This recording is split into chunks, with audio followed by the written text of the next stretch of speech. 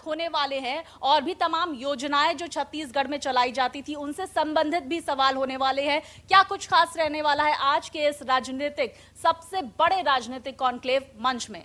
बिल्कुल स्वाति, देखिए सबसे बड़ा मंच है, राजनीतिक मंच है। और देखिए अगर बात करते हैं राजधानी की और न्यायधानी की, तो न्यायधानी के तौर पर जो है हमारा बिलासपुर जाना जाता है। और ये देखिए सबसे बड़ी बात यह है कि आज इस राजनीतिक मंच पर कई बड़े नेता, कई दिग्गज चेहरे जो हैं इस मंच पर उपस्थित होंगे। अगर बात की जाए तो उप मुख्यमंत्री अरुण साव इस मंच में उपस्थित होंगे। उसके अलावा नेता प्रतिपक्ष जो हैं वो भी इस मंच पर मौजूद होंगे। तमाम विधायक जो हैं बिलासपुर संभाग से जो आते हैं वो इस मंच पर मौजूद होंगे। तो बात जो है शिक्षा की होगी, आगे कैसे महिलाओं के लिए बेहतर प्रयास किए जाएं इसकी होगी। और सबसे बड़ी बात यह है कि अगर सत्ता में वापसी की बात की जाए तो भारतीय जनता पार्टी ने फिर से एक बार सत्ता में वापसी की है। और उसके बाद क्या विजन जो है आगे सरकार का रहेगा बिलासपुर डिवीजन को लेकर, अगर उप मुख्यमंत्री से बात की जाए अरुण साव से, तो किस तरीके से प्रदेश में और जितनी जो घटनाएं हैं उस पर कैसे एक्शन लेते हैं, आगे उनके क्या रोड मैप होंगे सरकार के, इसको लेकर चर्चाएं होंगी। और देखिए योजनाओं की बात करते हैं।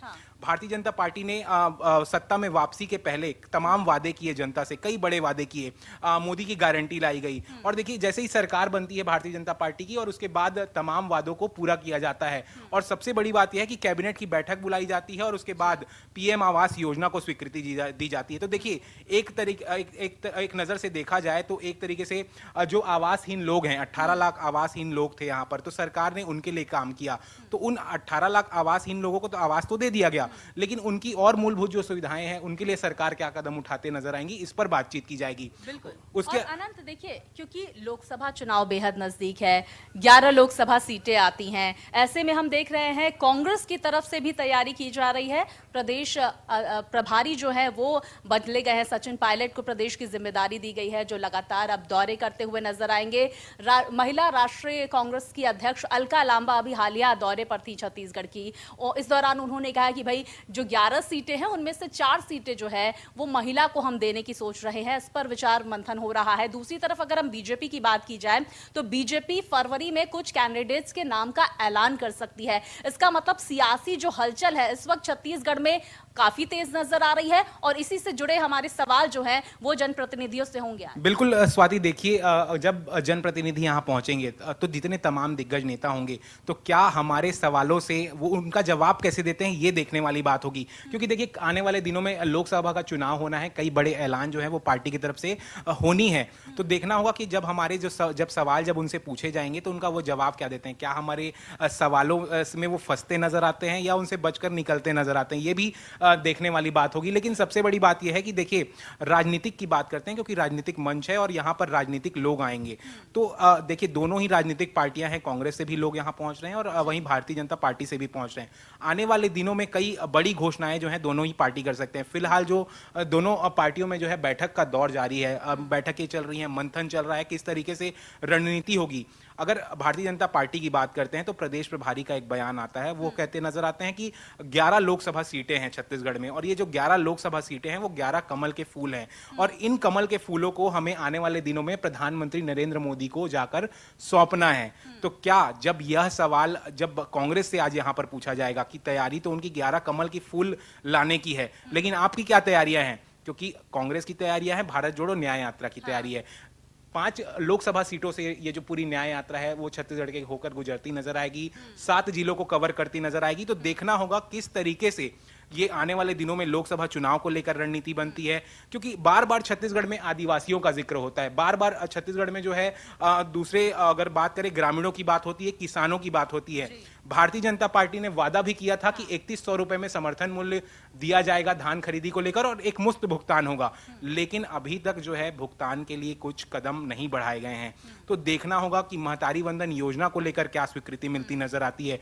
ये सभी सवाल जो हैं आज यहाँ पर जितने जो राजनीतिक यहाँ पहुंचेंगे उनसे हम पूछते नजर आएंगे। और शिक्षा को लेकर काफी जोर दिया जाएगा, क्योंकि पूर्ववर्ती सरकार ने आत्मानंद स्कूल खोला था, लेकिन अब अगर उस आत्मानंद स्कूल की बात करें तो उस इंफ्रास्ट्रक्चर को क्या बदलाव होंगे, क्या उसके नियमों में बदलाव होंगे, तो किस तरीके से ये पूरा कार्यक्रम होगा, इस पर देखने वाली बात होगी। बिल्कुल, देखिए बात शिक्षा की होगी, क्षेत्रीय मुद्दे भी उठाए जाएंगे, क्योंकि देखिए सवाल जनता का है और जवाब जो है वो तमाम नेता यहां पर देते हुए नजर आएंगे। कुछ ही देर बाद इस कार्यक्रम की शुरुआत होने वाली है। आप हमारे साथ इस कार्यक्रम में बने रहिए अनंत, क्योंकि देखिए अब हम ये भी समझने की कोशिश करेंगे कि देखिए हाल ही में 22 जनवरी को जिस तरह से प्राण प्रतिष्ठा का भव्य कार्यक्रम हुआ, बहुत ही अलग अलग तरह की प्रतिक्रियाएं भी सामने आई। और अब देखिए छत्तीसगढ़ में एक और मुद्दा है जो इस वक्त काफी जोर शोर से उठाया जा रहा है, क्योंकि धर्मांतरण का ये जो मुद्दा है वो उसका काफी राजनीतिकरण हो रहा है, क्योंकि धर्म और राजनीति को आप अलग भी नहीं रख सकते। मौजूदा समय की सियासत को अगर हम देखा जाए तो हालिया अभी मुख्यमंत्री का बयान भी सामने आया है। उन्होंने कहा है कि देखिए शिक्षा और हेल्थ की आड़ में जो मिशनरीज होते हैं वो इस तरह का काम कर रहे हैं, उसको लेकर सरकार को ठोस कदम उठाने वाली है। तो धर्म से जुड़ा हुआ जो मुद्दा है वो भी आज इस मंच से उठाया जाएगा। क्यों अनंत? बिल्कुल, देखिए धर्म की बात जब भी आती है तो दोनों ही जब से भारतीय जनता पार्टी ने फिर से सत्ता में वापसी की है प्रदेश में, तो एक तरीके से देखिए कौशल्या माता मंदिर का जीर्णोद्धार कराया गया, कांग्रेस के कार्यकाल में कराया गया। लेकिन सबसे बड़ा सवाल यही था कि अब भारतीय जनता पार्टी की वापसी हो चुकी है, लेकिन सभी कार्यक्रम रायपुर के राम मंदिर में हो रहे हैं। कौशल्या माता मंदिर का तो हो रहा है, लेकिन देखिए अगर एक 22 जनवरी के बाद जो पूरा एक बदलाव देखने को मिला है, क्योंकि पूरा देश जो है वो राममय हो चुका है। वहीं छत्तीसगढ़ की अगर बात की जाए तो छत्तीसगढ़ तो भगवान राम का ननिहाल है, तो यहां भी लोग जो है राममय तो होते नजर आए थे, लेकिन एक राजनीतिक जो है दिलचस्पी अगर देखा जाए, यहां पर एक ट्विस्ट कहा जाए तो वो देखने को मिला था। क्योंकि सबसे बड़ी बात यह है कि चर्च की बात होती है यहाँ पर, अब धर्मांतरण की बात होती है, कितने चर्च बनाए गए हैं इसकी बात होती है। और कल एक अगर बात करें, कुछ दिनों पहले ही मुख्यमंत्री का बयान आया कि धर्मांतरण की वजह से जो है कहीं ना कहीं लोगों में बंटवारा हुआ है। और सबसे अगर बात करें तो उन्हें मिशनरियों को लेकर एक बड़ा बयान दिया। उन्होंने कहा कि उनके पास स्वास्थ्य की सुविधाएं अच्छी थी, उनको उनकी समझ थी और कहीं ना कहीं उनका शिक्षा अच्छा था, तो लोग इनके बहकावे में आते गए।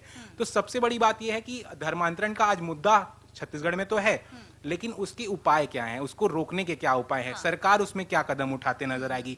कांग्रेस का यही कहना है कि सर अब भारतीय जनता पार्टी सरकार पर आ चुकी है, लेकिन अब आप सवाल उठाने के बजाय आप उस पर कोई ठोस कदम बनाइए, क्योंकि डबल इंजन की सरकार की बात होती है। प्रदेश में भी आपकी सरकार है, केंद्र में भी आपकी सरकार है, तो क्या आप धर्मांतरण को लेकर एक बड़ा कानून बनाते नजर आएंगे? ये सवाल जो है आज मंच से, रायपुर के मंच, बिलासपुर के मंच से, माफ करिएगा, पूछते जो है हम नजर आएंगे। और देखना होगा कि इन सभी सवालों का जवाब कैसे देते हैं ये सभी। बिल्कुल, देखिए कैसे जवाब देते हैं तमाम राजनेता, देखना दिलचस्प होगा। क्योंकि देखिए हालिया अगर हम बिहार के घटनाक्रम की बात करें अनंत, तो जिस तरह से बिहार में नीतीश कुमार एक बार फिर से 9वीं बार मुख्यमंत्री वहां पर बन गए हैं, लेकिन देखिए अब एनडीए के साथ है। इससे पहले इंडिया गठबंधन में काफी जोर शोर से वो लगे हुए थे, कोशिश पूरी ये थी कि भाई प्रधानमंत्री का पद मिल जाए, लेकिन प्रधानमंत्री का उनको लगा कि कहीं ना कहीं उन्हें साइडलाइन किया जा रहा है। और अब बिहार की सियासत के बाद देखिए छत्तीसगढ़ की सियासत भी गर्मा गई है। अच्छा, और दूसरी बात हम ये भी समझने की अनंत कोशिश करेंगे कि इस बार कांग्रेस खेमे से खबर ये सामने निकल कर आ रही है कि लोकसभा चुनाव में जो दिग्गज है उन्हें वोट दिया जा सकता है। भूपेश बघेल को लोकसभा चुनाव में उतारा जा सकता है, क्योंकि आप क्षेत्रीय हैं, काफी राजनीति को यहाँ की काफी अच्छे से समझते हैं। क्या लगता है भूपेश बघेल जो है वो इस बार लोकसभा चुनाव में उन्हें लड़ाया जा सकता है? और अगर पार्टी उन्हें यह एडवाइस करती है या फिर टिकट देती है तो क्या भूपेश बघेल अग्री होंगे या फिर विधायक बने रहेंगे? बिल्कुल स्वाति, देखिए सबसे पहले तो हम बिहार की बात करते हैं, क्योंकि बिहार में अगर जो राजनीतिक हलचल देखने को मिली पिछले दिनों, तो उसकी कहीं ना कहीं अगर जुड़ाव की बात करें तो छत्तीसगढ़ भी उससे कनेक्ट है। क्योंकि देखिए जब नीतीश कुमार की बात होती थी, जब पूर्ववर्ती सरकार थी, तब संबंधों की बात होती थी कांग्रेस और कहीं ना कहीं नीतीश कुमार के बीच में। और पूर्व मुख्यमंत्री जो भूपेश बघेल थे और इनके रिश्तों की बात होती थी कि काफी मधुरता है, लेकिन देखिए खटास आ चुकी। बिल्कुल, देखिए अनंत खटास आ चुकी है, लेकिन अब देखिए है इस बदलते बिहार के समीकरण के बाद छत्तीसगढ़ में इसका क्या असर होता है, ये भी देखना महत्वपूर्ण होगा। राजनेता इस पर क्या प्रतिक्रिया देखते हैं। इंडिया न्यूज मध्य प्रदेश छत्तीसगढ़ के मंच कार्यक्रम से हम आप तक सीधे पहुंचाएंगे। थोड़ी देर में यह कार्यक्रम शुरू होने वाला है, आप बने रहिए हमारे साथ।